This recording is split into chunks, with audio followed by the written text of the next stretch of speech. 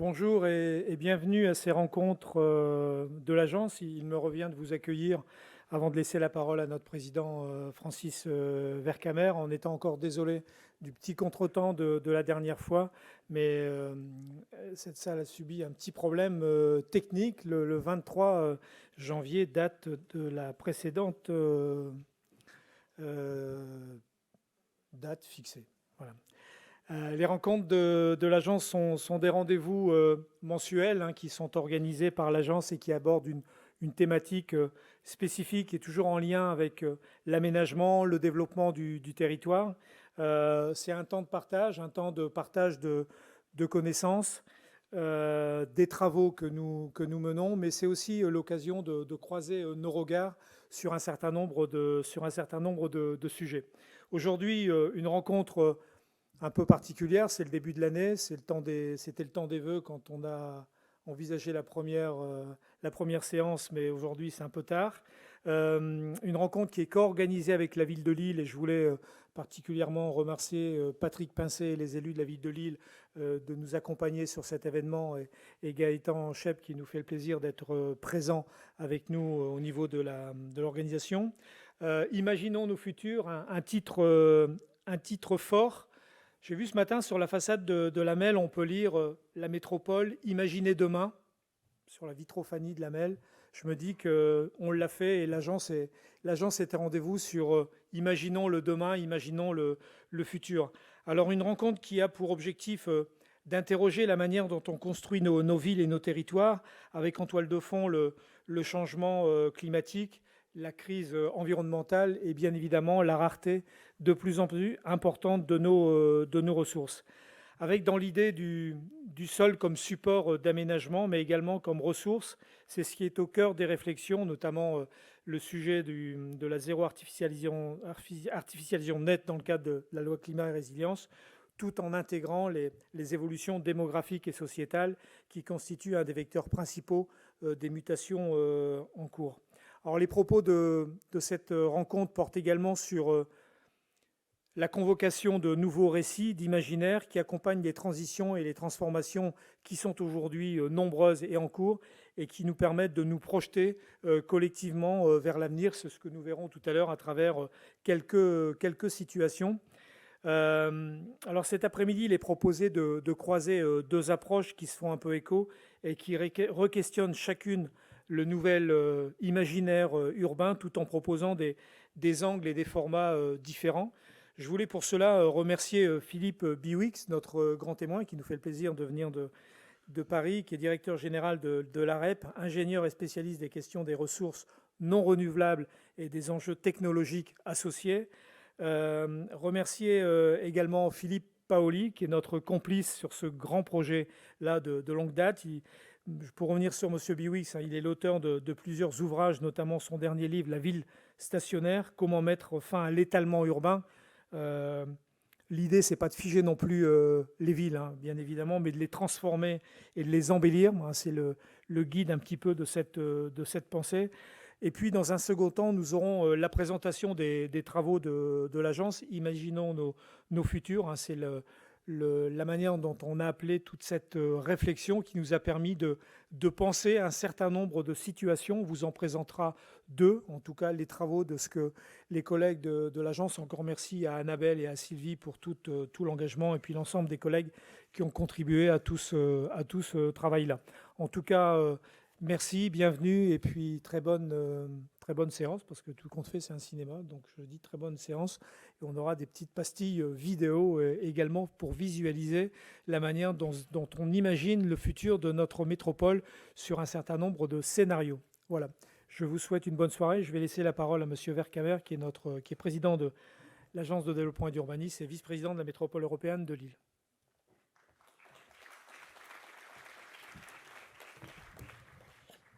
Quand on passe après Didier, on se dit qu'il n'y a plus grand-chose à dire parce qu'il a déjà tout dit. Bon, ça sera donc mon discours et mon intervention, mon introduction sera bien sûr beaucoup plus courte que la sienne, puisqu'on avait des propos quasiment similaires. Et merci d'avoir présenté cet événement.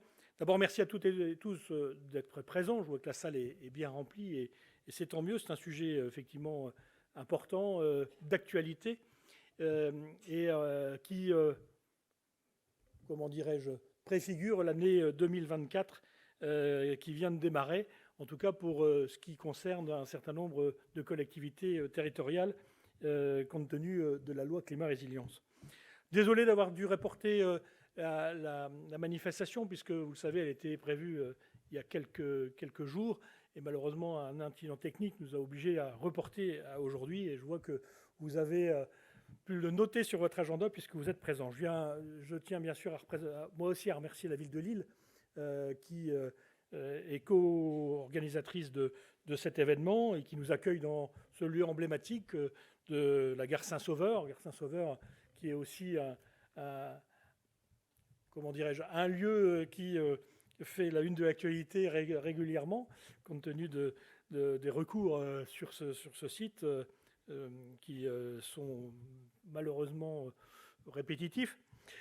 Je tiens également à remercier les intervenants et notre grand témoin, d'abord Philippe Paoli, donc co-auteur de la démarche Imaginons nos futurs, présentée ce soir par l'agence, et Philippe Biwix pour sa présence et sa participation à cet événement, avec la présentation de ses réflexions sur la ville et sur le territoire de demain. L'objet de la rencontre est résolument tourné vers l'avenir. Didier Ducopini vous l'a dit, avec en perspective des questions que nous nous posons tous, et moi particulièrement avec mes différentes casquettes. Comment peut-on en même temps répondre à des besoins démographiques, d'activité économique, en logement, tout en limitant l'étalement urbain ?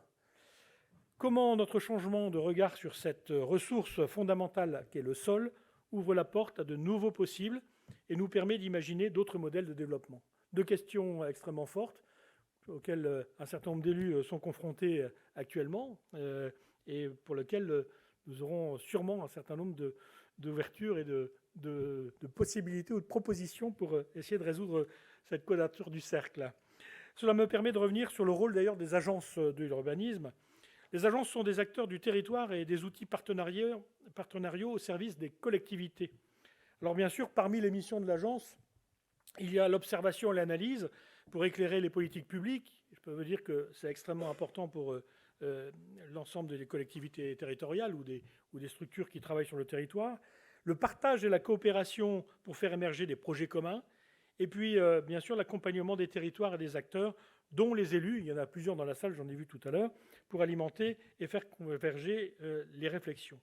Mais le rôle des agences est également de nous aider à anticiper, à porter une vision sur le long terme, notamment grâce à la prospective. Les agences doivent ainsi s'adapter sans cesse aux évolutions et continuer à être des facilitateurs, des éclaireurs sur les évolutions et sur les transformations à engager sur le territoire et pour ses habitants. Et puisqu'il s'agit de la première rencontre de cette nouvelle année, je vais, même s'il est un peu tard, puisqu'on est déjà au mois de février, mais comme cet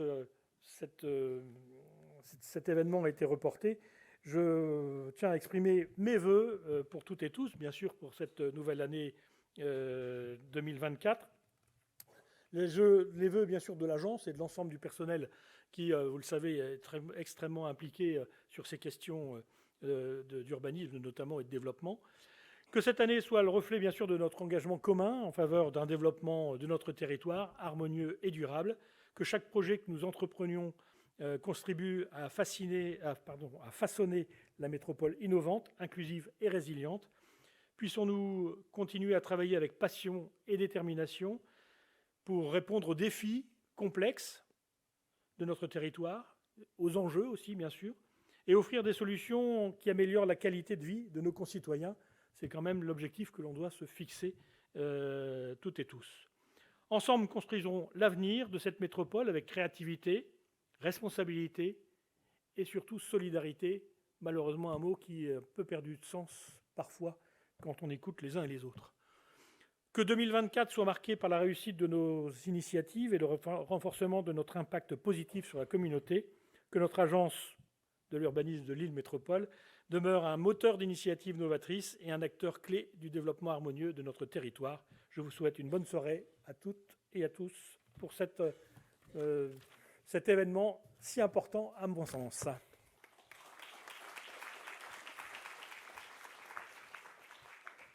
Alors, je vais prendre le relais pendant quelques minutes pour vous présenter le déroulé de cette rencontre, intitulée Imaginons le futur, donc une invitation à se projeter vers de nouveaux imaginaires urbains. Donc, ça a déjà été dit, mais le lieu effectivement dans lequel on se trouve aujourd'hui est assez représentatif du sujet dont il est question ce soir, à savoir la transformation du territoire et de la ville sur elle-même. Alors, pour ceux qui ne connaissent pas l'histoire du site, mais je pense que vous devez être peu nombreux, mais on est en effet réunis dans un site qui est lié à l'industrialisation de notre territoire, puisqu'on est dans une ancienne gare de marchandises qui a été mise en service en 1865. À la fois, avant, on était dans les faubourgs de Lille, ici, et un site sur l'ancien secteur Saint-Sauveur, pardon. Suite à la cessation de l'activité au début des années 2000, 2 halles ont été transformées en lieux culturels, donc qui sont emblématiques pour les Lillois à la métropole. Et on est aussi là dans un secteur aussi bien plus large qui est au cœur d'un grand projet de reconversion pour le territoire. Alors pour sonder les transformations urbaines et territoriales et embarquer donc vers ce nouvel imaginaire, on va croiser donc les deux réflexions. Alors pourquoi ces deux réflexions sont présentées non pas en parallèle, nous on pense qu'elles convergent en fait vers un certain nombre de points. Tout d'abord sur les sujets qu'elles investissent, c'est-à-dire l'utilisation des ressources, notamment du sol, mais pas que, vous allez le voir, la question de la sobriété foncière qui est au cœur des réflexions. Elles se rejoignent également sur la nécessaire réinterrogation de nos modes de faire la ville et d'aménager notre territoire, en lien avec l'actualité, vous l'avez dit, la loi climat et résilience, le zéro artificialisation nette, mais aussi en lien avec les différents événements, les différentes crises. On a vu ces dernières années la crise sanitaire, les questions liées à l'énergie, à l'eau, à l'alimentation s'invitent tous les jours au débat et dans nos quotidiens. Et puis, ces deux réflexions tentent également chacune de produire une vision systémique de la manière dont on produit la ville, et tout en proposant des imaginaires enthousiasmants, nous permettant de nous projeter aussi collectivement vers l'avenir. Et ça nous semble aussi un des points importants que de se fixer des perspectives.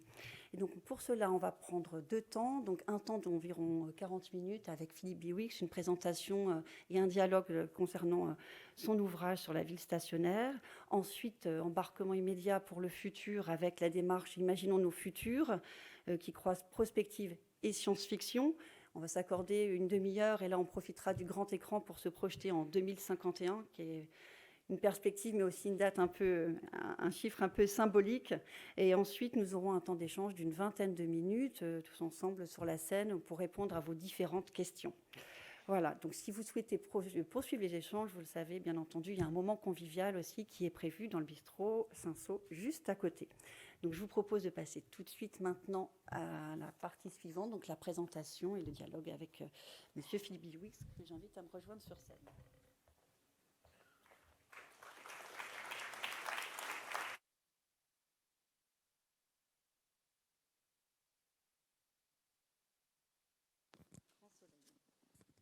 Merci.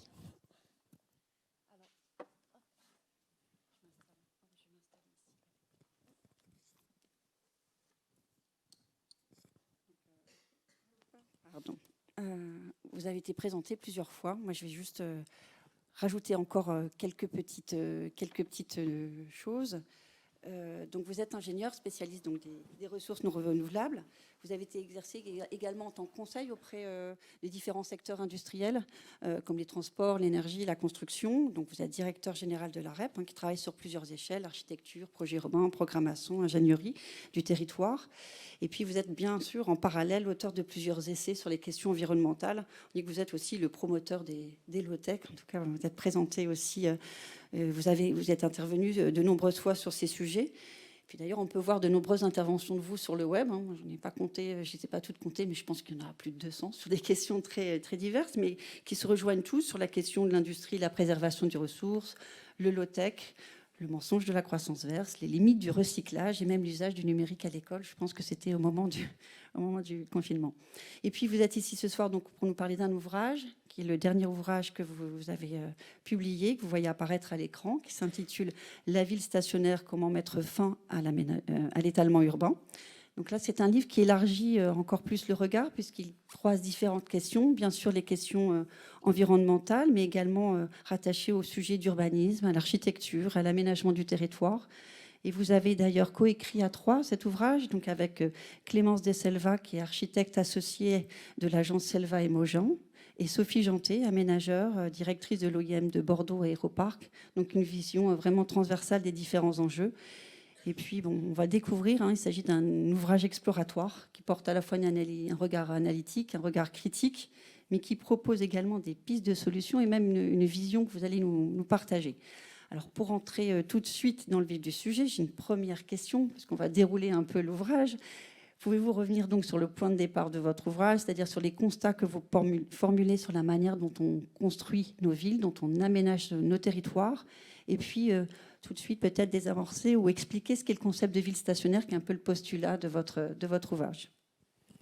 Oui, merci beaucoup, Annabelle. Bonsoir à toutes et à tous. Alors, effectivement, la ville stationnaire, c'est un titre qui a donné un peu des sueurs froides à notre éditeur. Donc là, sans doute, en présentation, il faut mieux dire assez vite ce que c'est et ce que ça n'est pas. Donc, ce n'est pas à propos des SUV, ça n'a rien à voir avec le stationnement ou avec des trucs comme ça. En fait, voilà, on est parti d'un constat que je pense que à peu près tout le monde fait aujourd'hui, c'est-à-dire le côté insoutenable de la façon dont on fabrique la ville aujourd'hui, dont on l'a fabriquée pendant des décennies, à la fois avec la question de son métabolisme au sens large, y compris l'énergie qu'on consomme pour quelque part habiter, se déplacer, se chauffer, se refroidir peut-être l'été maintenant de plus en plus, mais aussi à travers le métabolisme de la construction, c'est-à-dire l'énergie grise, l'énergie incluse dans tout ce tout ce que mobilise la ville. Donc aujourd'hui, la ville et ses infrastructures, c'est 50% de l'acier, c'est 20% de l'aluminium, c'est 25% des plastiques, c'est 100% des granulats. Tout ça, c'est consommateur, ça atteint aussi la biodiversité. Voilà, il faut des carrières, des sablières, des choses comme ça. Il faut émettre pour ces matériaux cuits que sont le ciment et l'acier, pas des matériaux crus, il faut émettre du CO2, consommer de l'énergie. Donc si l'acier ou le ciment était un pays à la COP 26 ou 27, il serait troisième ex aequo derrière la Chine et les États-Unis. Donc on est quand même sur des processus assez massifs, assez majeurs. Et puis la consommation de sol, effectivement, qui s'est invitée avec la loi climat et résilience. Et donc, on a eu envie de donner du baume au cœur aux décideurs publics, on va dire. C'était un peu le but premier de ce livre, de dire allez-y, Zan, c'est super, vous allez voir, on peut faire plein de trucs et on peut le faire. Voilà, c'est un peu le point de départ. Alors, le point de départ aussi, c'était une interrogation, finalement, quand on commence à descendre un peu dans les chiffres. Parce qu'évidemment, il y a toujours débat très rapidement sur les chiffres, en particulier sur les chiffres du logement, sur le besoin à construire. Donc, alors là, on est rentré en zone un peu de crise du logement, ça ne vous aura pas échappé. C'est plus difficile d'avoir des prêts pour les gens qui veulent investir et puis d'avoir de boucler des opérations pour les promoteurs ou autres. Mais on va dire, pour faire simple, à peu près les 10-15 dernières années, on a construit à peu près 350 000 logements par an. Et il y a beaucoup d'acteurs qui disent, en fait, ce qu'il faudrait, c'est un choc de l'offre. Il y a beaucoup de situations, évidemment, de mal logement, de précarité, de gens qui ne trouvent pas. Il faudrait monter à 500 000 logements. Et puis nous, on s'est dit, oui, quand même, c'est un peu bizarre parce qu'en fait, le nombre d'habitants supplémentaires pendant la même période, c'était plutôt de l'ordre de 150 000 à 180 000 personnes par an.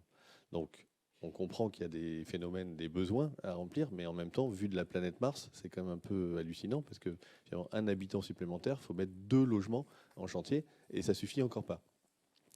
Alors évidemment, il y a des bonnes raisons à tout ça. La première bonne raison, c'est le puissant phénomène de décohabitation. Le fait que finalement, comme même à population constante, sans même parler de légère croissance démographique, en fait, on est de moins en moins nombreux par foyer. Donc il y a création de nouveaux foyers. L'Allemagne est dans ce cas-là. L'Allemagne est même en stabilité, voire très légère décroissance. Et malgré ça, ils continuent à construire, ils continuent à artificialiser. Donc ça, on était 3,1 par logement dans les années 60. On est aujourd'hui 2,2, 2,1.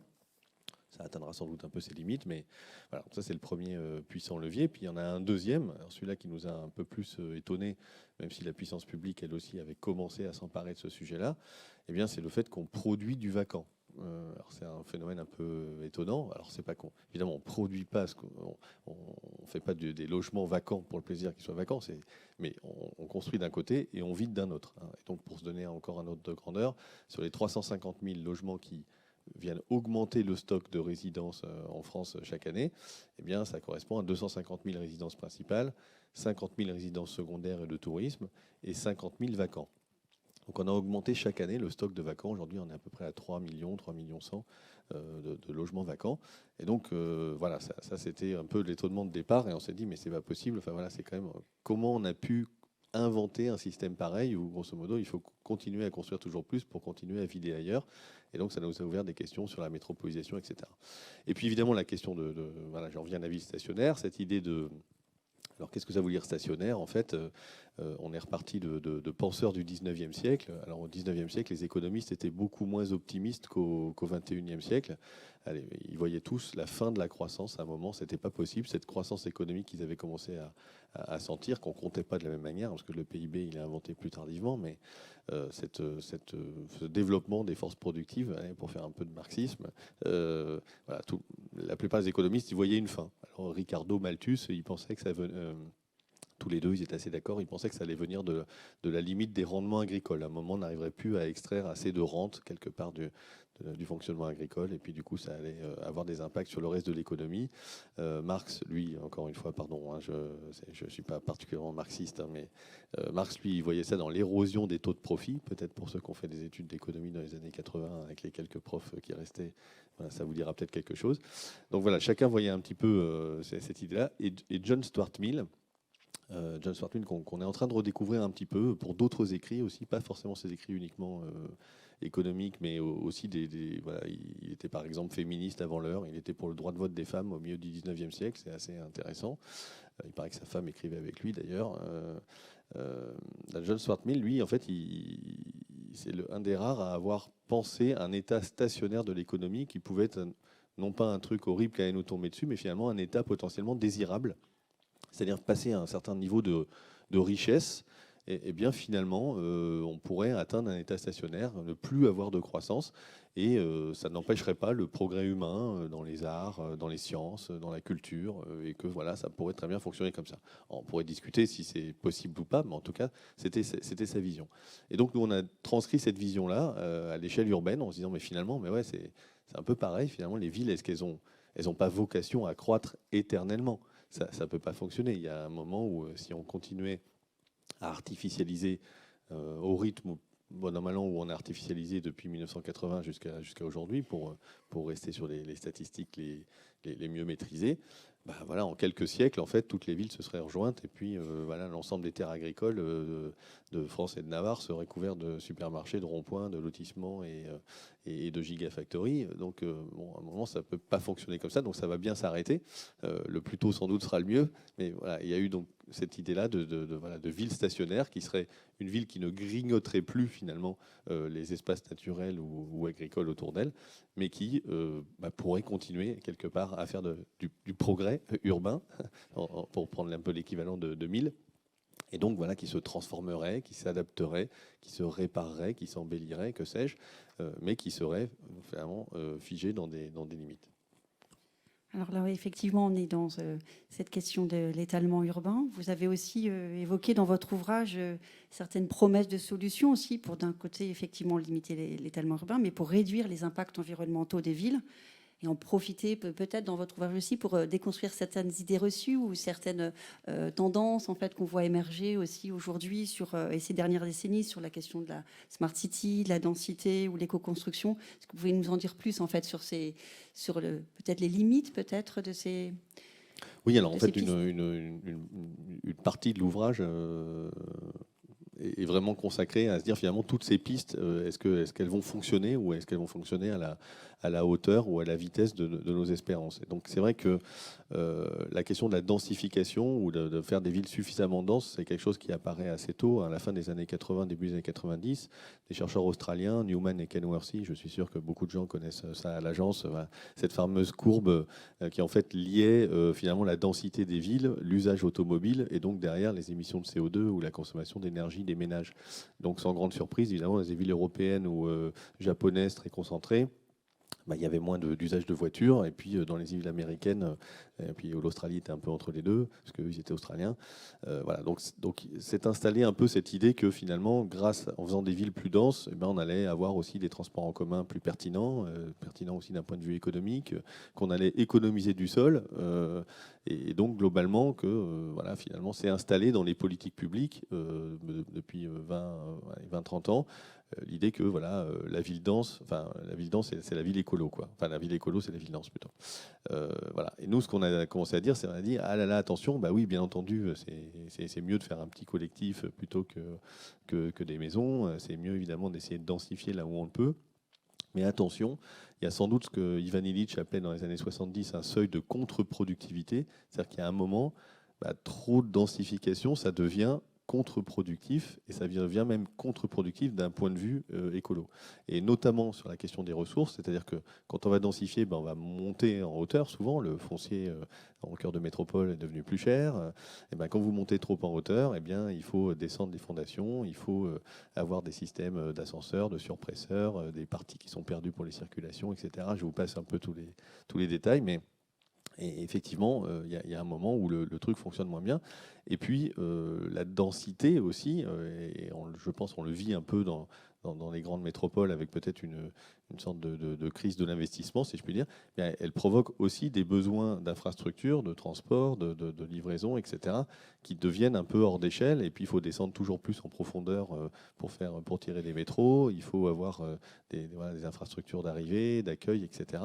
Et donc, à la fin, tout ça, c'est aussi énormément générateur de consommateurs de ressources. On peut voir par exemple l'exemple du Grand Paris, avec quand même des projets qui atteignent un gigantisme qui sera dur à être neutre en carbone, quoi. Et puis, on peut même rajouter le fait que finalement, la ville dense, on a l'impression d'avoir des citoyens très écolos, très engagés.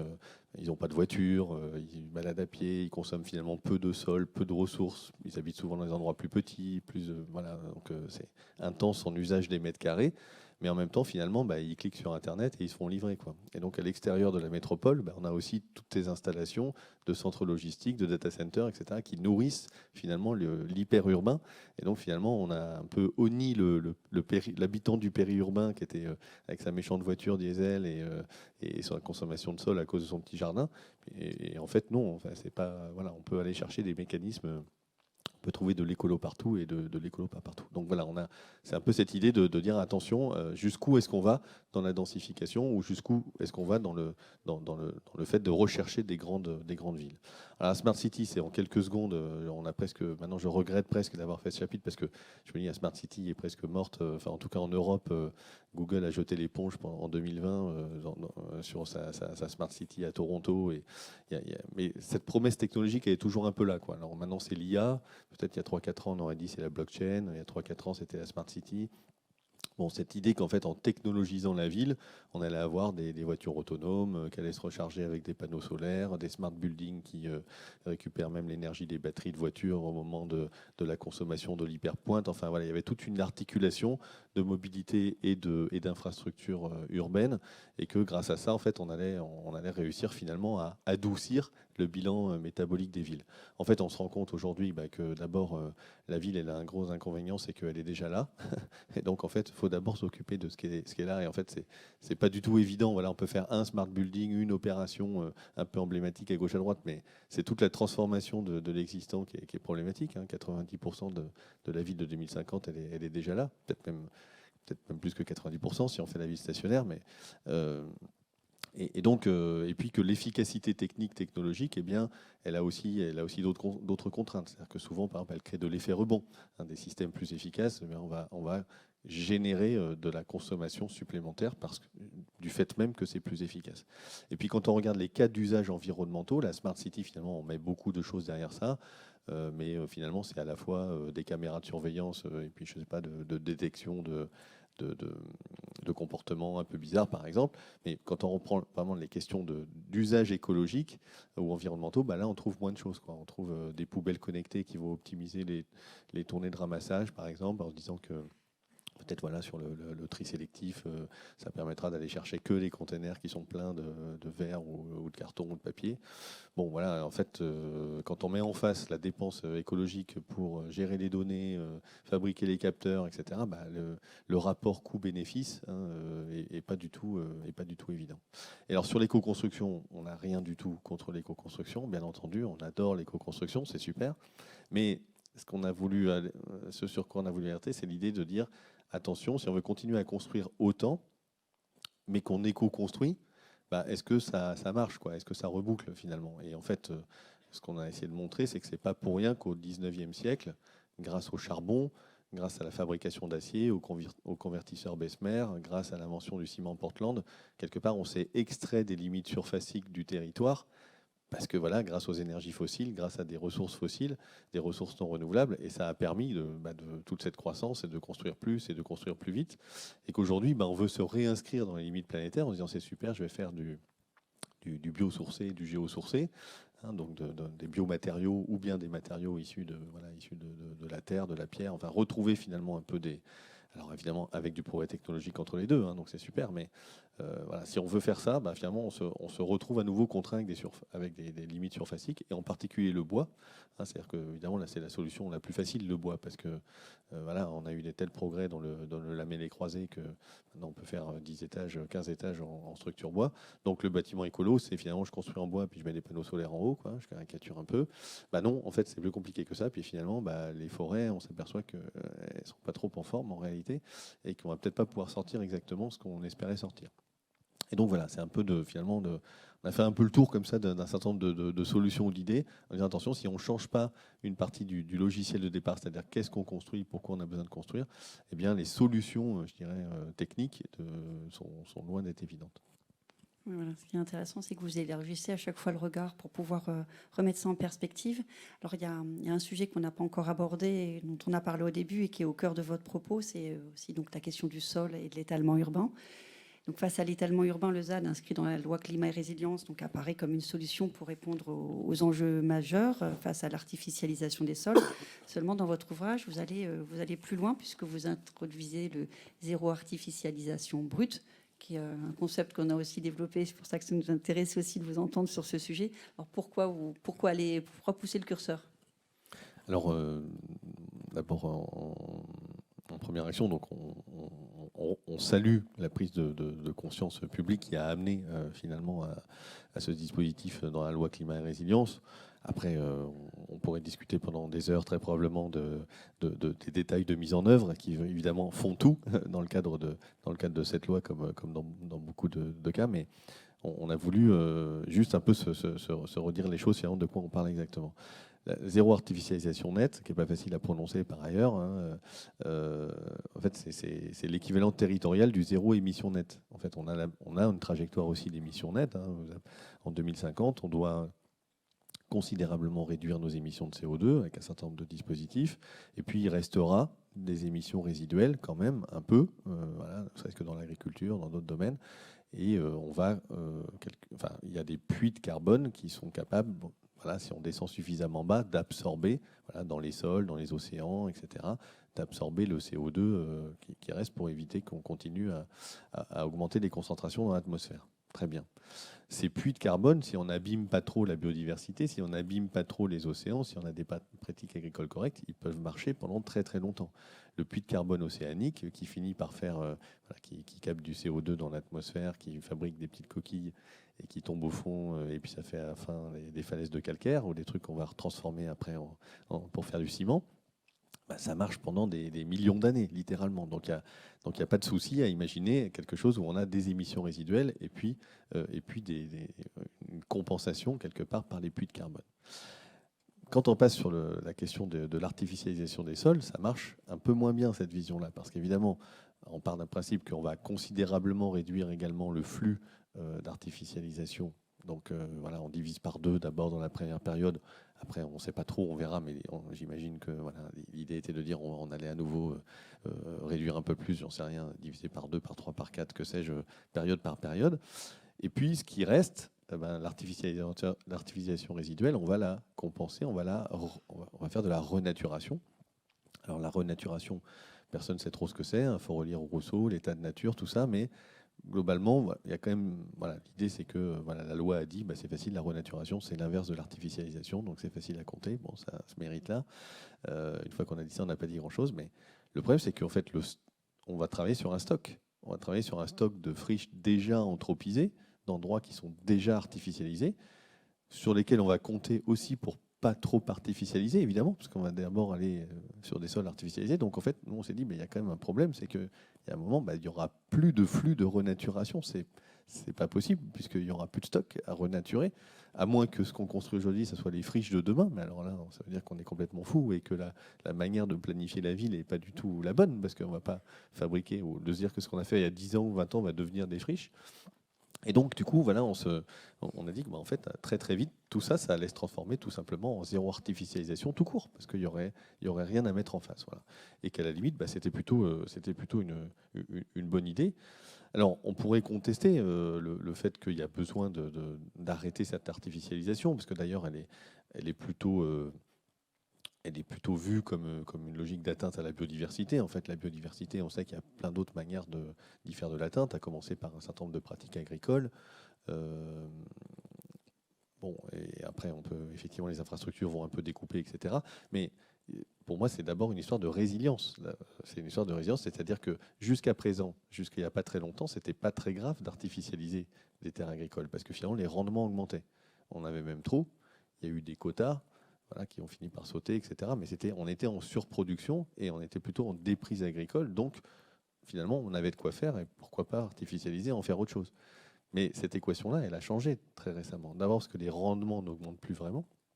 Deuxièmement, parce que l'évolution de nos pratiques agricoles, eh bien, elle va faire que, sans doute, il va falloir renoncer en partie à certains rendements, à condition de bien payer les gens, confère l'actualité, évidemment, mais ça, en tout cas, il est à peu près certain qu'une agriculture respectueuse du vivant, elle est peut-être un tout petit peu moins productive qu'aujourd'hui.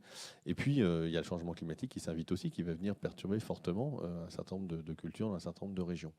Et donc, on va avoir besoin de ces hectares. Donc, c'est vraiment une histoire presque de résilience alimentaire future, et que chaque hectare qui aujourd'hui on va convertir, eh bien, c'est une atteinte à cette résilience.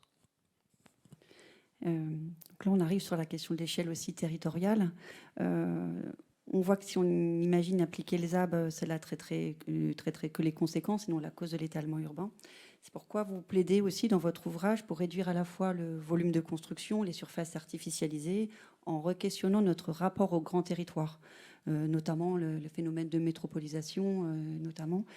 Selon vous, qu'est-ce qu'on doit revoir en fait dans ce modèle de développement à l'échelle du grand territoire ?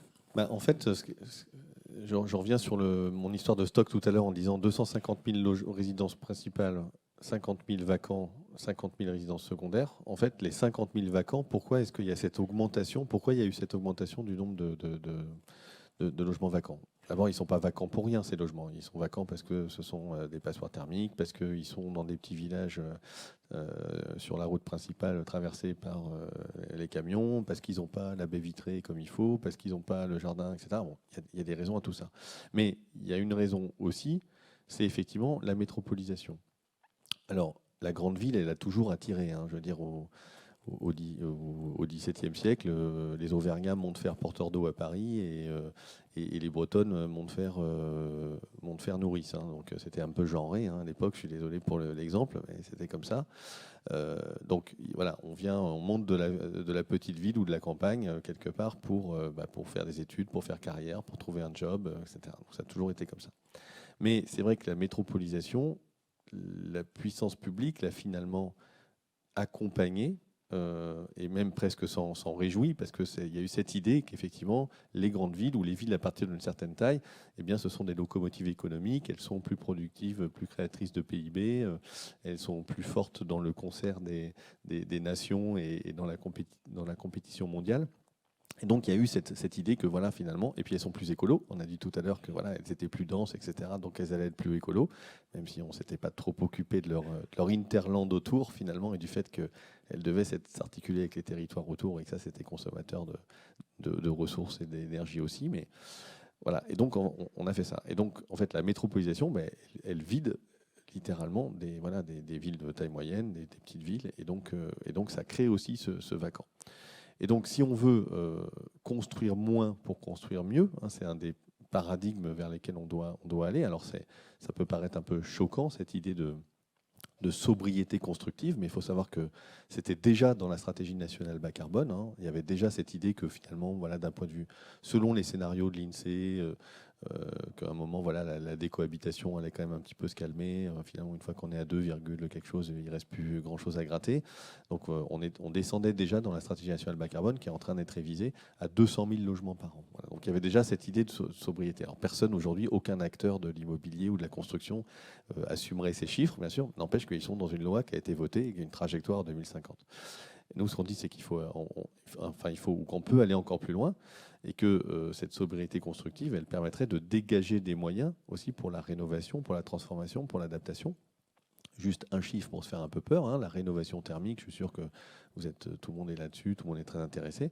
Bon, pour tenir la stratégie nationale bas carbone, il faut multiplier par 20 la vitesse à laquelle on rénove aujourd'hui thermiquement les logements, les bâtiments publics, les bureaux, voilà, par rapport à ce qu'on a fait l'année dernière. Avec quels moyens financiers, quels moyens organisationnels, quels moyens humains on va faire ça? Si on continue à construire pendant ce temps-là autant de neuf, à mon avis, on va être un peu coincé à un moment.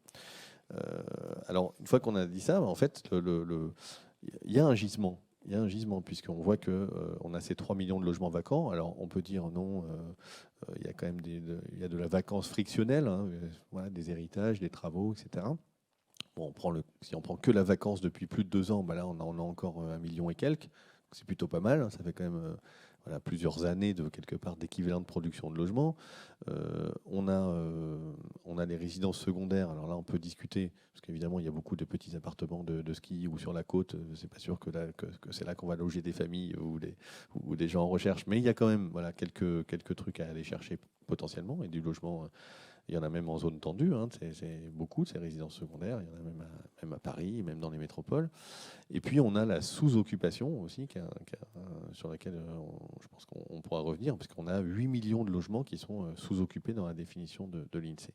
Mais si on veut aller capturer ces logements sous-occupés, une partie de ces logements sous-occupés est vacant, en fait ce qu'on s'est dit, c'est qu'il y a quand même un moment où ils sont quand même un peu géographiquement situés, quoi. Et donc ça pose quand même des questions finalement d'aménagement du territoire, de se dire, est-ce qu'on est capable d'imaginer un monde dans lequel on arrêterait de se gargariser de la croissance urbaine des villes qui sont déjà trop grandes, quelque part. Alors on peut discuter si elles sont trop grandes ou pas, hein, mais parce qu'effectivement, elles ont joué leur rôle de locomotive économique, mais en même temps, on a pu constater un certain nombre de problématiques liées à cette croissance urbaine aussi, hein. Donc c'est pas juste Covid-19 avec les besoins de nature, mais c'est aussi des phénomènes de saturation des infrastructures. Ce sont aussi des phénomènes de prix du foncier qui ont exclu une partie des populations de l'hypercentre. Aujourd'hui, on leur dit en plus qu'ils ne vont pas pouvoir rentrer dans les centres-villes avec leurs vieux véhicules, avec la ZFE. Enfin, donc on voit qu'il y a toute une série aussi de questions sociales, évidemment, qui s'invitent très fortement. Et donc voilà, nous, on a reposé cette question finalement de l'aménagement du territoire, de se dire, est-ce qu'on ne doit pas aujourd'hui avoir finalement sortir de cette logique de compétition territoriale, qui est compréhensible, hein.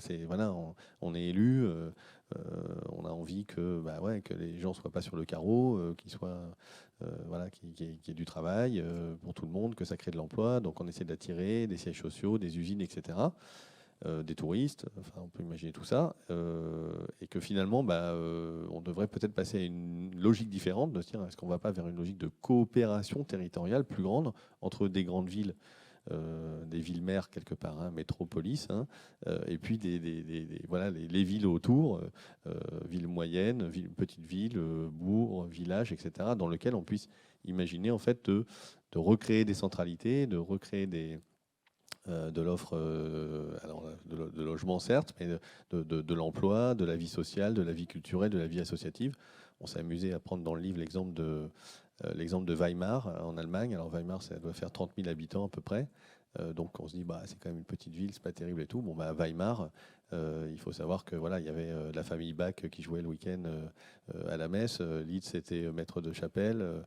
Ils ont accueilli le Bauhaus. Enfin voilà, à 30 000 habitants, on peut avoir une vie culturelle et une vie associative. Alors, il faut encore s'en donner les moyens, mais c'était un peu cette idée-là de dire finalement, dans les logiques qui arrivent, c'est-à-dire de reterritorialisation de la production, d'une partie de la production, quand même de croissance un peu d'un certain nombre de besoins, etc. Essayons intelligemment de les faire tomber plutôt dans une échelle inférieure à l'échelle de la métropole, plutôt que de vouloir à tout prix rentrer dans la compète en disant si je suis pas assez gros, personne ne va me parler sérieusement quand je vais en Hollande ou en Allemagne, quoi. Et donc, dans les pistes de solutions donc pour une ville durable, il y a bien cette question de construire moins pour accueillir mieux, c'est ça, et d'une meilleure connaissance finalement déjà là. C'est sur l'existant qu'il faut porter un regard attentif. Oui, parce qu'on s'est dit, en fait, c'était alors là, c'est là que nous on s'arrête une fois qu'on a dit allez, c'est bon, on peut y aller. Et après, ce sont les praticiens évidemment qui doivent adapter tout ça à chaque contexte, hein. C'est sûr que alors bon, on a présenté le bouquin aussi sur l'arc atlantique, hein, de Bayonne, Bordeaux, La Rochelle, Poitiers, Nantes, Rennes. Quand ils nous disent oui, mais quand même nous on a un problème, c'est qu'il y a quand même aussi un phénomène de littoralisation.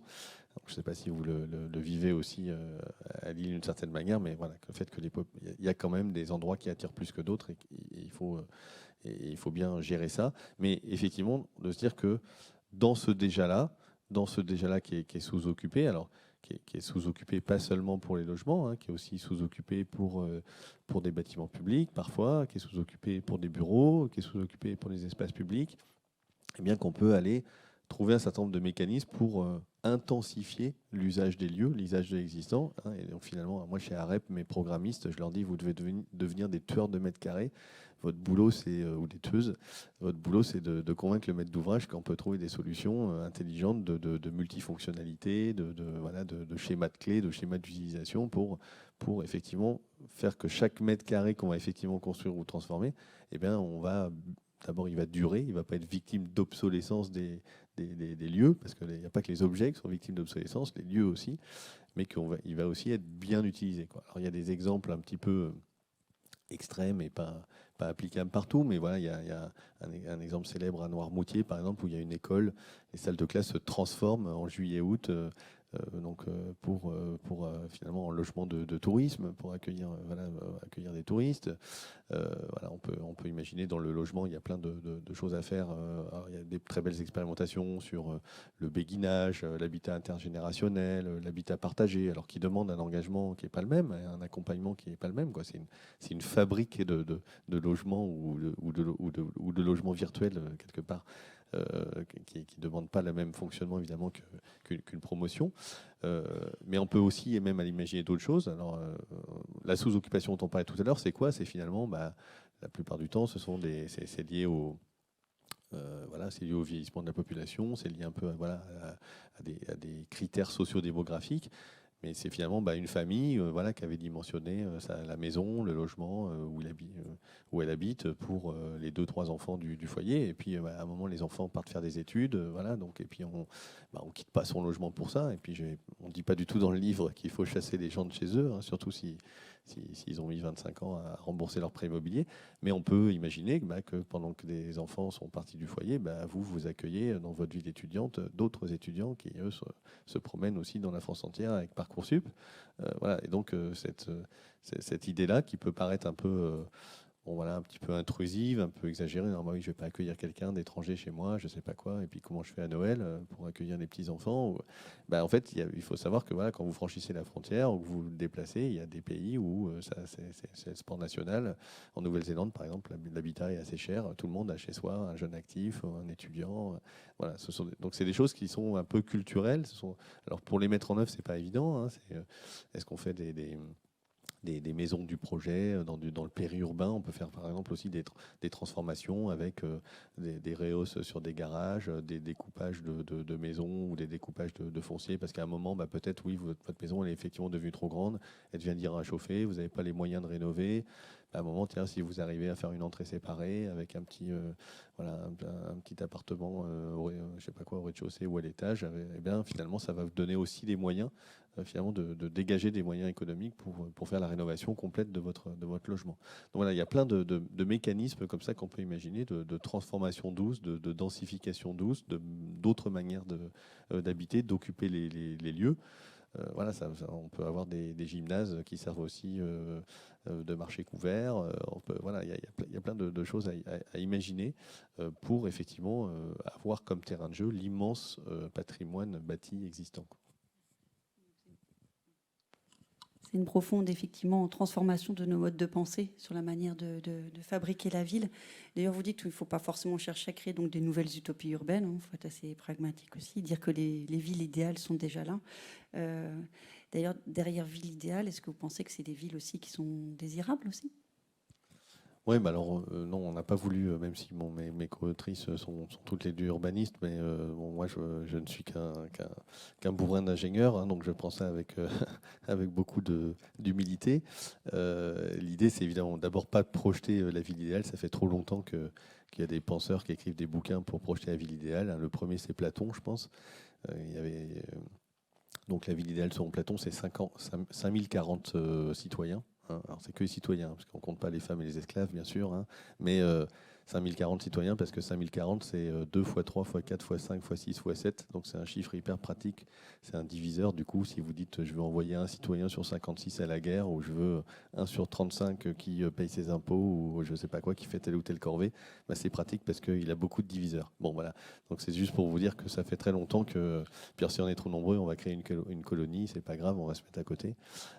Bon, donc après, voilà, finalement, les smart cities aujourd'hui, vous avez peut-être vu les projets un peu emblématiques au Moyen-Orient, des choses comme ça. C'est un peu cette idée, un peu de la tabula rasa, et voilà, qui est tellement plus pratique pour construire la ville idéale. Bon, nous, voilà, on n'est pas du tout ça. On dit, de toute façon, il faut faire avec l'existant. Les villes idéales, c'est celles qu'on a déjà, quoi. Elles sont là, elles ont certaines formes urbaines, elles sont patrimoniales, elles sont plus ou moins belles, peut-être, elles sont plus ou moins végétalisées, elles sont plus ou moins prêtes pour le changement climatique. Pour l'évolution des modes de vie aussi, évidemment, des modes de transport, eh bien, profitons, il n'y a pas de souci, profitons de ce qu'on a déjà pour finalement, effectivement, consacrer tous nos moyens, toute notre énergie à se vivre ensemble et à cette transformation-là. Alors, ça ne veut pas dire qu'il ne faut plus du tout construire neuf, évidemment. Il y a bien entendu un certain nombre de cas où ça sera nécessaire. Et voilà, s'il y a un moment, il faut un nouvel hôpital pour telle ou telle raison, oui, ou un collège, on va bien falloir le mettre quelque part. Il n'y a pas de souci avec ça. J'ai un petit pincement au cœur sur la question de la justice sociale quand même, de dire justement, est-ce que c'est la terre qu'on artificialise encore, est-ce que c'est pas plutôt un bien commun, et est-ce qu'on a le droit de faire de la plus-value quelque part en tant que puissance privée. Voilà, finalement, je suis une PME ou un supermarché qui a touché de la terre à pas très très cher du mètre carré il y a 40 ans de ça, puis aujourd'hui je suis rattrapé par les pourtours de la métropole et le métro et le tramway qui arrivent. Est-ce que je fais la culbute pendant que d'autres empruntent sur 30 ans et n'arrivent même pas à avoir leur prêt à la banque? Je ne sais pas. Mais en tout cas, voilà, au-delà de ces précautions-là, on a un terrain de jeu hallucinant pour tous les acteurs de la ville, pour les concepteurs, pour les maîtres d'ouvrage. Et je suis certain que, voilà, en prenant, enfin, je suis certain, je pense qu'en prenant mieux en compte les usages, les besoins réels et la manière de mutualiser, de partager tout ça, eh bien, on peut effectivement avoir cette logique d'arrêter d'artificialiser les sols pour les générations futures. Merci. Alors, pour le mot de la fin, je vais reprendre une des phrases qui était dans votre ouvrage. Efforçons-nous de les rendre plus apaisées, plus agréables, plus préparées et plus vertueuses. Merci pour cette présentation. Merci. Nous passerons aux questions tout à l'heure, suite à la présentation du projet Imaginons nos futurs. Un grand merci. Merci.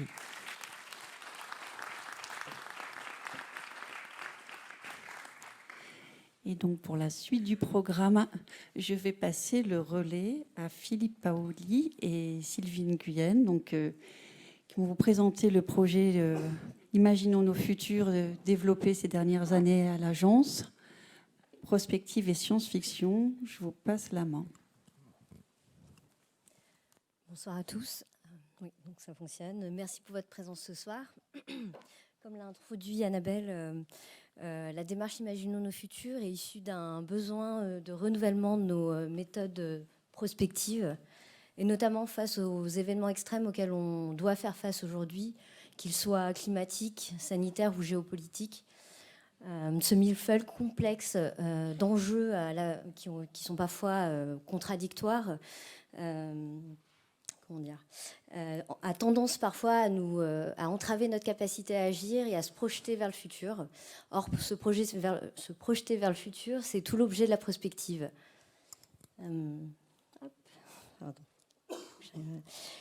La prospective, qu'est-ce que c'est ? C'est une approche qui permet de réfléchir à l'avenir.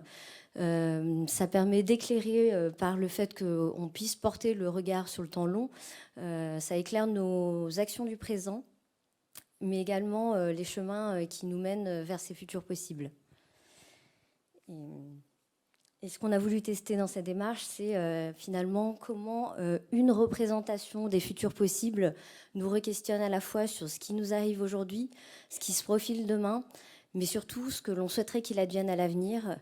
Et pour aborder l'avenir, il faut arriver à être en capacité de se projeter. Or, les projections actuelles nous pousseraient à imaginer des futurs plutôt sombres et apocalyptiques, mais l'agence s'est engagée sur une voie alternative, celle de recourir aux imaginaires positifs. Pourquoi ? Pour à la fois ouvrir le champ des possibles, mais également pour pouvoir proposer des futurs désirables, plutôt même positifs, qui nous questionnent à la fois sur ce que l'on désire aujourd'hui, quelles sont nos visions à l'avenir, et également quelles sont nos priorités. Alors, ce qu'on a utilisé comme méthode, c'est dans cette méthode prospective, c'est de convoquer la science-fiction, et ici plutôt le récit d'anticipation, dans le fait qu'on s'appuie davantage sur des changements environnementaux et sociaux, sur la manière de concevoir et de penser la ville, plus que sur de la technologie. Ce qui nous a intéressé également dans la science-fiction, c'est cette manière de bousculer notre rationalité pour imaginer des futurs complètement différents, mais également cette capacité, cette attitude à comprendre notre monde actuel, à en grossir les traits et pour extrapoler des futurs possibles.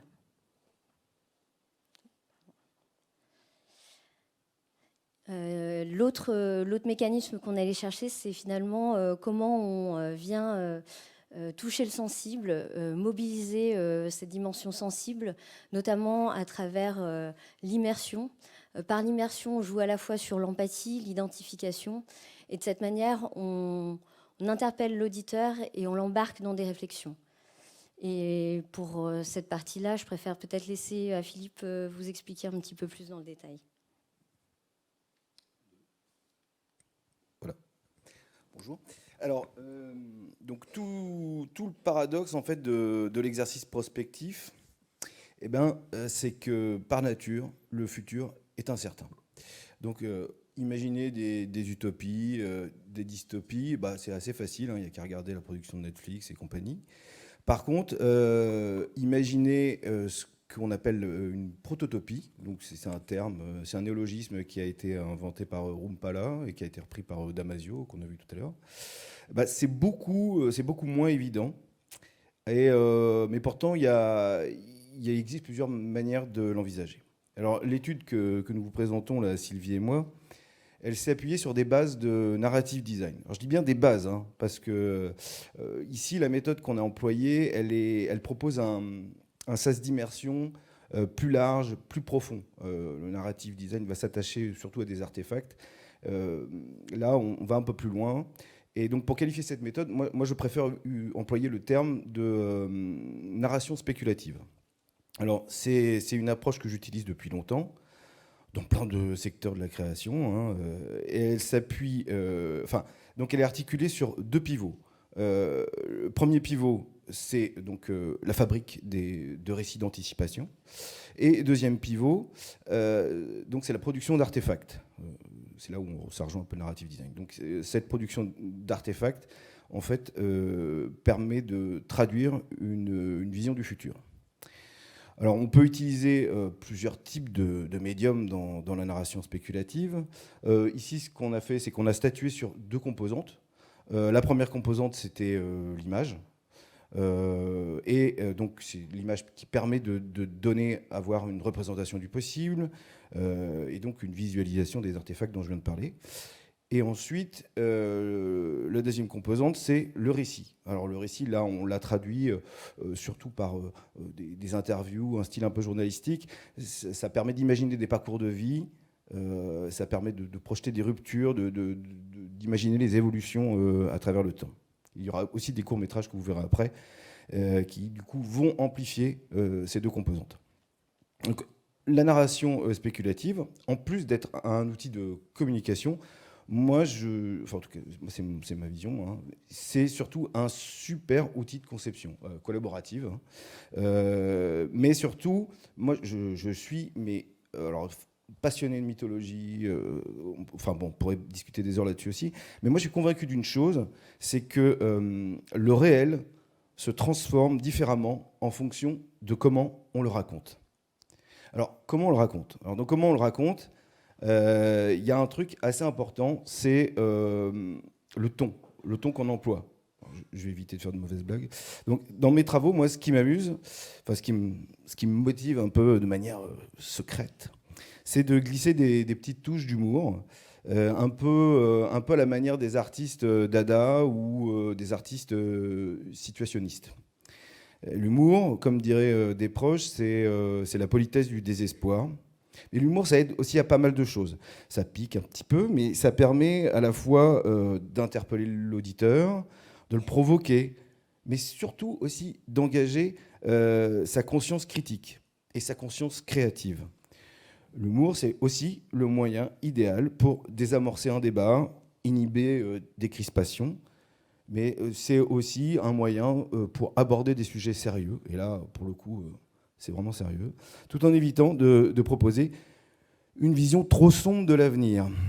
En même temps, pour arriver à la prototopie donc, que nous vous présentons aujourd'hui, notre monde ne va vraisemblablement pas passer par des temps très joyeux. Et pour l'introduire, en fait, nous avons imaginé plusieurs tournants historiques possibles. Attention, on n'est pas Nostradamus, hein, des 30 années à venir. Voilà. Hein, c'est ça, Sylvie ? L'idée, c'est pas non plus de créer un scénario catastrophe, même si l'introduction va peut-être y ressembler un peu. L'enjeu dans cette démarche, c'était d'arriver dans le processus d'idéation à éviter le refus d'obstacles face à la difficulté qu'on sait à venir, mais tout en essayant de ne pas l'omettre. Et c'est ce qui nous a... c'est pour ça qu'on a dû introduire dès le départ finalement ces difficultés dans ce qu'on a appelé le socle narratif.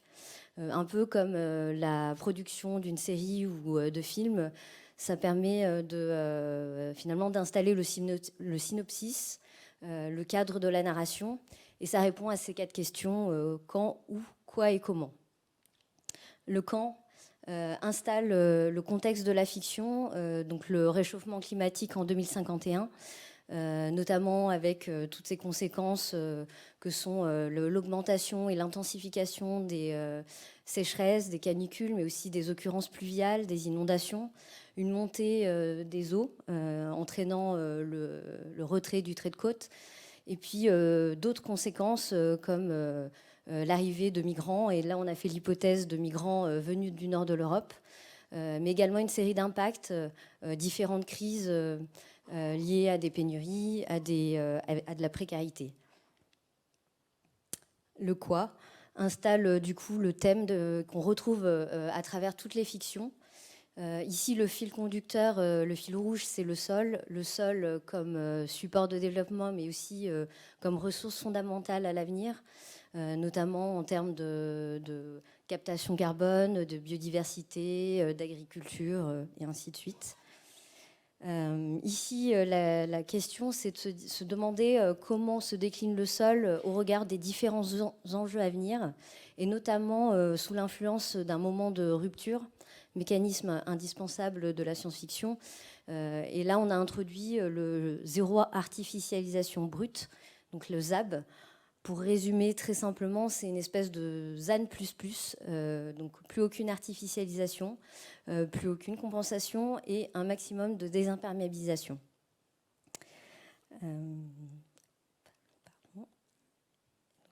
Troisième, pardon, excusez-moi. Donc le comment, le comment permet d'installer à la fois le ton de la fiction, mais également le vecteur de l'information. On a choisi pour l'ensemble de ces fictions de partir sur le reportage journalistique, parce que par cette nature omnisciente, il permet de reporter à la fois l'état des politiques publiques, mais également le vécu des usagers.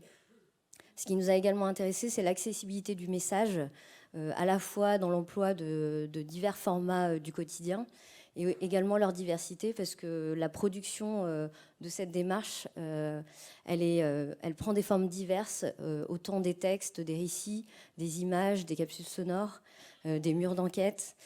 Tout ça, aujourd'hui, fait l'objet d'un ouvrage qui vous a été distribué à votre arrivée et qui rassemble l'ensemble de cette production, mais également 5 courts-métrages qui décrivent les 5 situations urbaines qu'on a voulu transposer en 2051. Et pour terminer, le où situe la fiction dans un lieu et son contexte spécifique.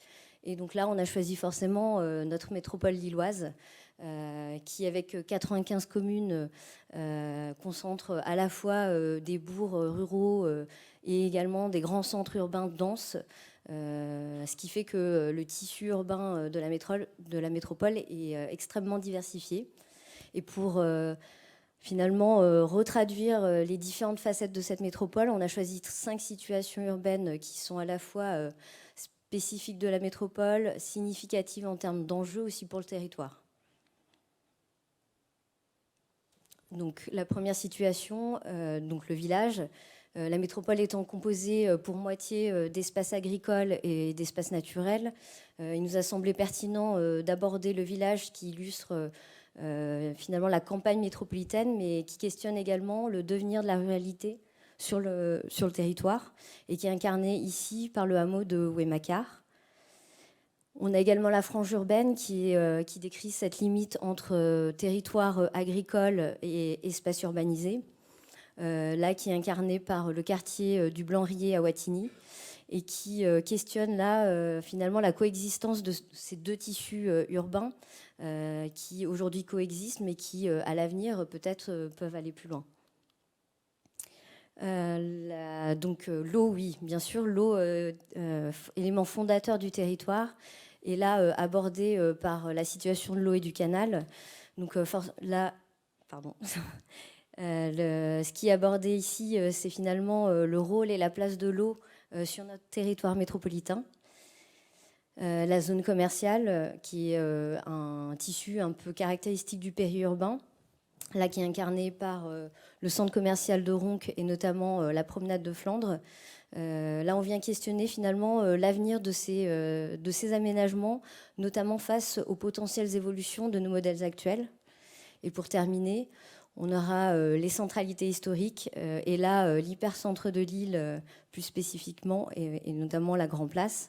Là, l'idée, c'est de se questionner justement sur le rôle assez structurant aujourd'hui de ces centralités et notamment dans le phénomène de métropolisation. Donc, si chaque situation urbaine a été confrontée à l'ensemble des enjeux métropolitains, qui soient l'habitat, la mobilité, l'économie, chaque situation urbaine a permis finalement de faire un focus spécifique sur certaines thématiques du fait de leurs enjeux et de leurs ressources qui sont spécifiques. Du coup, on a pour le village aborder la question de la solidarité et du partage à travers notamment l'accueil de migrants venus du nord de l'Europe. Pour la frange urbaine, on a abordé en effet l'agriculture et l'alimentation du fait du contact des terres agricoles, mais également la question de l'habitat et de l'habité dans le renouvellement d'un quartier prioritaire. Pour l'eau et le canal, bien évidemment, c'était les questions des usages autour de l'eau, mais aussi la question de la gestion. Tandis que la zone commerciale, on s'est focalisé plus sur les questions de production et de consommation, et en lien forcément les questions de ressources. Et pour terminer, l'hypercentre est plutôt sur la question du patrimoine et de la place de la nature en ville. Et donc avant d'embarquer pour les 2 dernières situations, puisque les 3 précédentes avaient été projetées dans le cadre d'une autre rencontre en 2021, et elles ont alimenté plusieurs événements jusqu'à aujourd'hui, on va vous donner quand même quelques clés de lecture avant de visionner ces 2 courts-métrages. Donc la zone commerciale ou les zones commerciales, comme je le disais auparavant, sont des tissus spécifiques du périurbain qu'on retrouve globalement sur l'ensemble de la métropole, mais également sur le reste de la France. L'intérêt aujourd'hui national dans la mise en œuvre du plan de transformation des zones commerciales montre tout l'intérêt finalement de se pencher sur cette situation, qu'il s'agisse à la fois d'imperméabilisation, d'artificialisation de sol, mais également d'accessibilité en mobilité douce, comme d'impact écologique ou d'intégration du bâti. Les enjeux sont multiples sur les zones commerciales.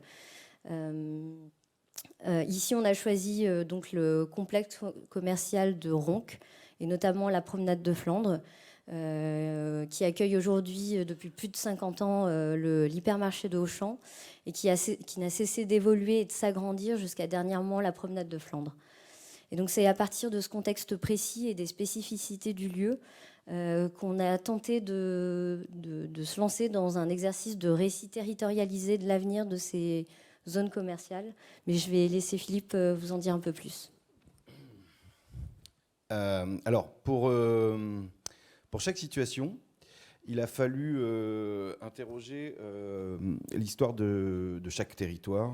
Il a fallu fouiller des archives, rencontrer des usagers, des habitants, des associations, faire une sorte d'enquête. Tadam, un mur d'enquête typique de la police. Donc sans cette enquête sur le réel, il n'y aurait pas eu de récit possible. Parce que en fait, les fictions d'Imaginons nos futurs, elles prennent racine dans les potentialités des territoires. Et c'est du coup de ces potentialités que sont générés les ressorts narratifs de chaque récit. Alors ces ressorts narratifs, moi je les appelle, perso, je leur ai donné un petit nom, ça s'appelle des ressources territoriales inédites, RTI, c'est différent des RTT. Ouais. Donc prenons ici la situation de Ronc. Alors, il faut savoir, là on voit, il y a une vieille photo là, de l'ouverture de Auchan. Il faut savoir que Auchan-Ronc, c'est un des plus vieux hypermarchés de France encore en activité. Et c'est cette petite anecdote qui nous a amené à nous questionner sur le devenir du modèle de la consommation de masse. L'idée étant d'imaginer d'autres possibilités de développement. Nous sommes donc partis sur l'hypothèse de la fin d'un modèle d'hyperconsommation. Et l'achèvement de ce modèle est illustré, enfin ça vous le verrez tout à l'heure, dans le récit, c'est illustré par un musée, le musée du Hype. Alors c'est vrai qu'on aurait pu aussi facilement imaginer l'aménagement de ce secteur comme un vrai morceau de ville, avec toute la mixité qui conviendrait. C'est vrai. Mais vu l'hypothèse de départ, il nous a semblé nettement plus intéressant de réfléchir aux nouvelles vocations de ces zones commerciales, à leur diversification et aussi à de nouvelles manières de consommer ou de produire. Du coup, on s'est, comme dans tout exercice de prospective, on s'est appuyé sur des tendances lourdes, notamment l'essor des technologies numériques, mais également sur des signaux faibles, tels que l'apparition d'offres de loisirs dans les complexes commerciaux et l'émergence de l'économie de la seconde main. D'ailleurs, la proximité du centre de tri d'Halluin et de l'autoroute de la Chaleur, du coup, nous ont naturellement guidés vers des thématiques axées autour de l'énergie et du recyclage.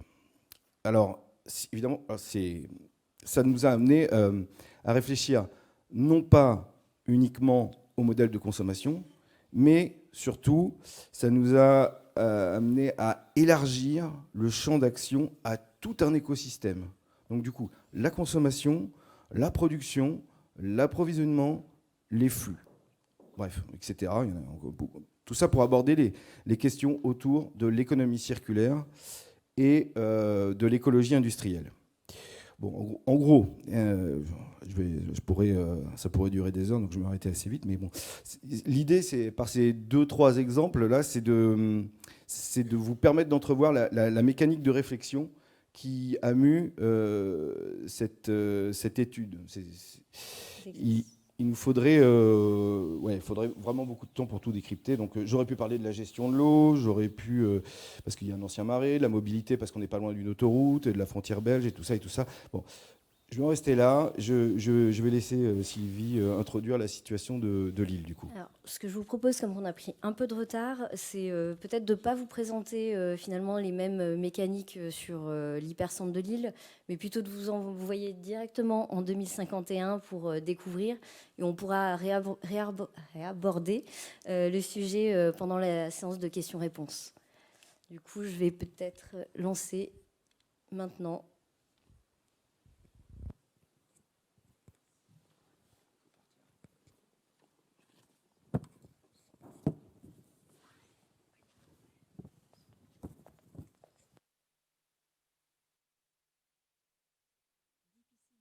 Que se trouvait ici, il y a encore 20 ans, un immense centre commercial.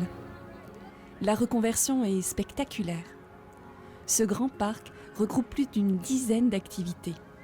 On appelle ça du divertiment, un secteur économique hybride dans lequel cohabitent divertissement et recyclage. Gérard Mullier, qui vient de fêter ses 120 ans en mai dernier, est lui-même étonné par cette reconversion réussie. J'ai créé ici le premier hypermarché de France, et même du monde. C'était en 1967. C'était une vraie révolution à l'époque. Puis tout s'est emballé pendant l'ère de l'hyperconsommation. Et comme vous le savez, le monde a basculé. Il a fallu rebondir. À chaque problème, chaque difficulté rencontrée, nous avons dû nous adapter, nous renouveler, et je dirais même plus, innover. Assis sur un banc, il regarde une vaste étendue d'eau qui, jadis, fut un immense parking où s'amassaient des centaines de véhicules à énergie fossile. Regardez là-bas, ces espèces de nuages perchés au-dessus des toits. Avec l'arrivée de la data ARN messager, nous avons pu optimiser notre stockage dans une seule des structures. Les 2 autres ont été converties, l'une en hôtel, l'autre en bassin olympique et ludique. Le bassin et l'hôtel sont liés principalement à l'activité thermale issue du recyclage des eaux usées, chauffées par un thermoduc, et par l'apport calorifique provenant du dernier data center en fonctionnement. Au sein du concept parc de la ressorterie, on trouve le musée de l'hyperconsommation, le Hype, cher à Gérard Mullier, et qui permet à chacun de retrouver la nostalgie des zones commerciales du passé. À proximité, le Recicart, une université populaire mise à disposition de tous, a été construite dans la tradition cradle to cradle, au moment des travaux d'aménagement des bassins de décantation de l'usine Otro. Elle héberge des cirques et propose des cycles de conférences dont les thématiques sont principalement axées autour de l'utilisation et la production d'objets recyclés ludico-pédagogiques. Et la directrice de ce musée, Léa Danville, ne veut pas s'arrêter là. Pour elle, Recicart doit aussi être un moteur concret du recyclage. C'est ici, au sein du Recicart, qu'ont été conçus les fameux Cadillac, construits sur la base de taureaux de livraison et d'anciens chariots de l'ère de l'hyperconsommation. Aujourd'hui, on les utilise dans les sports équestroniques. Construit sur un modèle économique équivalent à celui qui avait remplacé petit à petit ces grandes zones commerciales, un court marché de denrées alimentaires consacré uniquement au circuit court, se situe au sein de l'usine de phytoépuration Otro. De nombreuses enseignes proposant des matériaux de récupération, des objets de seconde main, des imprimantes multimat complètent l'offre globale du site. Anna Minsou, lead manager, est satisfaite de voir ce parc arriver à maturité 22 ans après sa création. C'est après la crise de 2029 que le site avait perdu son attractivité commerciale. Seule l'activité liée au stockage de données restait présente. Alors c'est autour de notre nouveau concept Store Ocase, qui est une enseigne spécialisée dans la récupération d'objets et de matériaux de construction, que nous avons donné à ce lieu une nouvelle identité. Mais alors nous n'avions absolument pas anticipé l'ampleur que tout cela a pris. Les jeux organisés au sein de ce microcosme sont par exemple devenus en très peu de temps un véritable phénomène de société. L'immersensivité, nouvelle réalité augmentée, permise par la puissance de stockage des data centers situés à proximité, a très vite attiré tout un pan de la jeune génération. Autre point fort, la proximité avec le centre Triselec d'Halluin et la mise en place d'une ligne de Skytrain à charge lourde qui ont permis au parc de divertissement de la ressorterie de valoriser un maximum de déchets dans des temps records. Aujourd'hui, cela permet à des enseignes de la Textile Valley, comme les Trois Feuilles ou Infinite Hands, spécialisées dans le commerce et la fabrication d'objets et vêtements de seconde main, de proposer une offre attractive dans les hangars inoccupés. Pour l'attacher à la politique de l'aménagement des cycles de la MEB, Isabelle d'Hauteville, cette révolution est devenue naturelle. De nos jours, la production d'objets avec de la matière non recyclée est totalement inconcevable. Nous venons de mettre à jour des gigaprints biocarbonés. Ce sont des imprimantes 5D géantes qui construisent toutes sortes d'objets à base de matériaux carbonés recyclés. Il est donc possible de venir imprimer des unités de vie multimat à un coût dérisoire. Les carrosseries de certains véhicules de chez Renovo, les Charvon, sont aussi imprimables ici. Renovo, issu de la fusion des groupes Renault et Volvo, est le leader européen du véhicule à sustentation magnétique cotractable. En 2047, ce constructeur automobile a obtenu un accord cadre avec la MEB concernant la comobilité eurométropolitaine en proposant le Share 6, véhicule hybride entre le train et le monospace. La ressorterie possède d'ailleurs sa propre forêt de car hub permettant d'accueillir de très nombreux véhicules de type Share One. Les dernières évolutions des flux captés permettent à chaque car hub de récupérer des milliers de litres d'eau et de produire sa propre énergie lors des différents épisodes pluvieux. Les objets, constructions, plantes ont été pensés pour capter l'eau, usée ou en surplus, et pour la conduire dans l'usine de traitement d'eau par racine de l'Otro ou dans le système de refroidissement du data center. Julie Blau, ingénieure en eau diluvienne, utilise une image parlante pour parler de l'eau à la ressorterie. En fait, tout le site est un immense parapluie captant, avec des systèmes de traitement d'eau différenciés qui correspondent aux différents usages. C'est comme ça qu'on a pu mettre en place Otro, l'usine d'eau potable racinaire, et donc en fait créer tout ce parc thermal exceptionnel. D'ailleurs, preuve du bien-être qui y règne, on observe souvent de nombreux oiseaux migrateurs qui viennent faire halte ici, au milieu des curistes. Revitaliser tout un pan de l'économie régionale en combinant divertissement et recyclage, le pari fou de la ressorterie est pour l'instant gagnant.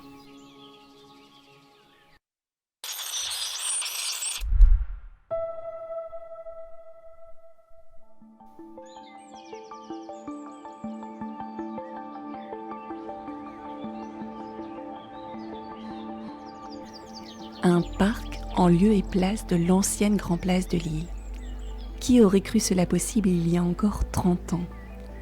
Historiquement, les villes flamandes, comme Lille, étaient des villes minérales au sol entièrement pavé. À la suite de la crise de l'eau de 2029, et malgré les nombreuses critiques formulées pour préserver l'image historique de la ville flamande, le PULP, plan d'urgence Lille poreuse, avait été voté de justesse. Et finalement, qui regrette vraiment aujourd'hui cette grande place minérale ? En tout cas, pas Monsieur Gastin, retraité et habitué du parc de la déesse verte. Au début, j'ai pas trop compris pourquoi on a voulu transformer cette belle et grande place, qui avait fait jadis l'histoire de notre ville. Aujourd'hui, c'est vrai que ce parc est bien agréable. Il fait très frais l'été, le vent glacial de l'hiver ne se fait plus trop ressentir. Mais par contre, je reste tout de même sceptique sur le choix de certaines sculptures que l'on trouve un peu partout dans ce parc. Jouxtant le parc, l'installation pérenne de la Grande Roue, qui n'illuminait jadis que les fêtes de fin d'année, offre aujourd'hui une vue imprenable sur la ville. Suite à la transformation de la Grande Roue en speed bar, la Bistrot est devenue un lieu emblématique de la métropole. À noter que la bière servie dans le sous-sol de la Bistrot est brassée sur place par les mouvements de la roue. Yvie Durand, ancienne maire de Lille du groupe Avenir Fertile, explique la genèse de cette transformation. Oui, alors il y a d'abord eu le dialogue sur la transformation de l'ancien canal jusqu'à Delta Dole et sur la piétonisation du centre-ville. Ça nous a amené assez naturellement à poursuivre nos réflexions sur la reconversion de l'ensemble des parkings de la ville en parc urbain. À l'époque, les débats se sont surtout cristallisés sur l'ancien Grand Place de Lille, aujourd'hui devenu le parc de la Déesse Verte, une sorte de mini Central Park. À la création du parc, la question d'intégrer l'ancienne colonne inaugurée en 1845 au milieu de l'ancienne Grand Place posa question. Louise Cordonnier, adjointe à la culture et à la vie bienveillante de la ville de Lille, a organisé la réflexion. Il nous fallait un autre symbole, tout aussi féminin mais en accord avec nos enjeux contemporains. Maintenant, elle trône dans son pavillon situé tout en haut de la Grande Roche et elle est devenue le lieu de rendez-vous préféré des Lillois. La paysagiste conceptrice du parc, Émilie de Groot, se souvient de son idée force à l'origine du projet. Concevoir un lieu symbole à l'image de la Grand Place, mais revisité et incarnant le changement. Pour s'adapter aux nouvelles conditions climatiques, on a imaginé un véritable écrin de verdure qui évolue au gré des saisons. Ces espaces de nature permettent aux habitants comme aux visiteurs de se retrouver quand le temps est clément. Ces espaces jouent également le rôle de zone de tamponnement des eaux diluviennes en se transformant en une myriade de miroirs d'eau dans lesquels se reflètent les différentes sculptures issues des événements Lille 3000 et ce depuis 50 ans. Le long des bâtiments du théâtre et de la Voie du Nord, une haute toiture de verre et de métal provenant d'anciens bateaux de croisière protège les passants des phénomènes météorologiques extrêmes devenus de plus en plus fréquents. Elle permet de capter l'énergie solaire, mais également de récupérer les eaux de pluie diluviennes qui sont ensuite stockées dans le réseau de bassins de rétention à ciel ouvert de la ville. Suspendues à la structure de cette verrière, de nombreuses coursives et terrasses se développent à différents niveaux. Depuis la métamorphose de la Grand Place, la place Riour est devenue un épicentre urbain inédit à l'abri des intempéries. Mourad Benmoufok, urbaniste en chef de la ville de Lille, porte un regard très positif. Les immeubles ont souffert des sécheresses à répétition. Il est vite devenu impératif d'assurer leur stabilité et d'étayer un grand nombre de bâtiments. Le but premier de la rue couverte était de conserver le patrimoine lillois, mais la superposition des espaces publics a permis de redonner accès à des surfaces sous-exploitées aux étages et aussi en cœur d'îlot. Tout cela nous a permis de proposer une nouvelle offre de logements accessible et surtout adaptée aux familles qui avaient déserté le centre-ville.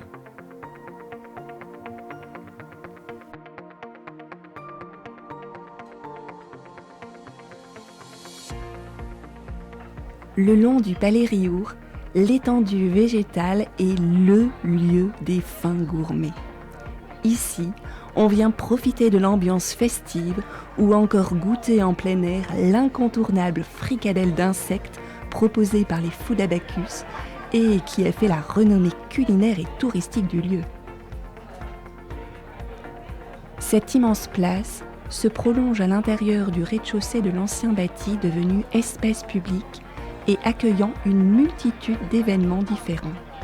Chaque soir, on y trouve un marché de producteurs locaux, accueillant entre autres les stands des 2 fermes urbaines du palais construites au-dessus du BOA. Le BOA, acronyme de Bâtiment pour ouvriers artisans, est en fait l'ancien magasin Le Printemps qui a disparu avec la fin de l'hyperconsommation et qui est devenu une ruche d'artisans. Elle permet de mettre en commun surfaces de vente éphémères et outils de production. L'espace intérieur permet à tous de profiter d'un climat tempéré tout au long de l'année au milieu d'un jardin vertical luxuriant. Josie Ferré en est l'une des fondatrices.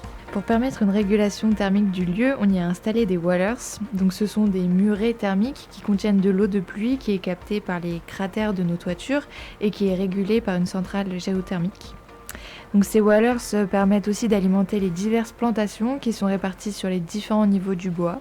Et grâce à ça, on a toujours une température agréable tout en étant très loin des consommations énergétiques démentielles qui nous avaient effrayés au moment de l'acquisition des lieux. Traversées par le balai des Abacus, les étranges arches organiques du bois viennent prolonger le jardin intérieur le long de la façade donnant sur la rue nationale. Une réponse aux besoins des commerçants, se souvient Josie Ferré. Le référendum citoyen de 2017 s'est exprimé en faveur d'une augmentation des espaces verts. Nous, les commerçants, pour maintenir l'approvisionnement de nos activités en cohérence avec les plans de décarbonation, nous avons demandé des solutions concrètes qui permettent cette compatibilité. L'arrivée du mini-tram électrique Abacus, entièrement géré par l'intelligence artificielle Lilia, a offert une solution de transport multi-usage bien plus adaptée pour l'hypercentre que le Skytram qui dessert le reste de la métropole.